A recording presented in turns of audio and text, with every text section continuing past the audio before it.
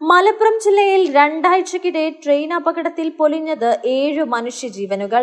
പാളത്തിൽ നിന്നും ട്രെയിൻ തട്ടിയാണ് അപകട മരണങ്ങളിലേറെയും. 15 ദിവസത്തിനിടെ 5 പേരാണ് ജില്ലയിൽ ട്രെയിൻ തട്ടി മാത്രം മരണപ്പെട്ടത്. ഓടിക്കൊണ്ടിരിക്കുന്ന ട്രെയിനിൽ നിന്ന് താഴേക്ക് വീണ് മരിക്കുന്നവരുടെ എണ്ണവും ചെറുതല്ല. രണ്ടാഴ്ചക്കിടെ 2 ജീവനുകൾ ഇത്തരത്തിൽ പൊലിഞ്ഞിട്ടുണ്ട്. ഇവരിൽ 3 പേർ വിദ്യാർത്ഥികളാണ്. കഴിഞ്ഞ ദിവസം പരപ്പനങ്ങാടി ചിറമംഗലത്ത് വെച്ച് സുഹൃത്തുക്കൾക്കൊപ്പം റെയിൽവേ ട്രാക്കിൽ മുറിച്ചു കടക്കവേ ചിറമംഗലം സ്വദേശി മരണപ്പെട്ടിരുന്നു. വെള്ളിയാഴ്ച കണ്ണൂരിൽ നിന്ന് വീട്ടിലേക്ക് വരുന്ന വഴി വടകര ഇരിങ്ങലിൽ വെച്ച് ട്രെയിനിൽ നിന്ന് വീണ് വള്ളിക്കുന്ന് സ്വദേശിയായ വിദ്യാർത്ഥിയും മരണത്തിന് കീഴടങ്ങിയിരുന്നു.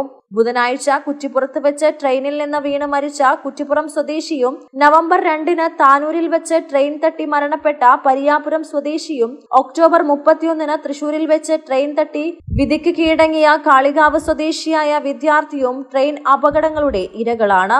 29-ന് വള്ളുവാംപുറത്ത് കാളികാവ് സ്വദേശിയും ട്രെയിൻ തട്ടി മരിച്ച നിലയിൽ കണ്ടെത്തിയിരുന്നു. 27-ന് താനാളൂർ കെ പുരം വെട്ടൂപ്പുകുളം സ്വദേശിയായ വിദ്യാർത്ഥിനിയുടെ ജീവനും ഇത്തരത്തിൽ തിരൂരിൽ വെച്ച് ട്രെയിൻ തട്ടി പൊലിഞ്ഞിരുന്നു. അശ്രദ്ധയാണ് തീവണ്ടി മൂലം അപകട മരണങ്ങൾ ഉണ്ടാവുന്നതിന്റെ കാരണം. ദൂരെ നിന്നും തീവണ്ടിയുടെ ശബ്ദം കേട്ട് ട്രെയിൻ അടുത്തെത്തും മുൻപ് റെയിൽവേ ട്രാക്ക് മുറിച്ചു കടക്കണമെന്നുള്ള ധാരണയിലാണ് ട്രാക്കിൽ അപകടങ്ങളിലേറെയും. തീവണ്ടിയിൽ നിന്ന് വീണ് മരിക്കുന്നവരും അനേകമുണ്ട്. മുന്നറിയിപ്പുകൾ ലംഘിച്ചും അധികൃതരുടെ നിർദ്ദേശങ്ങൾ അവഗണിച്ചും വാതിലിൽ നിൽക്കുമ്പോഴാണ് ഇത്തരത്തിൽ അപകടങ്ങൾ ഉണ്ടാകുന്നത്.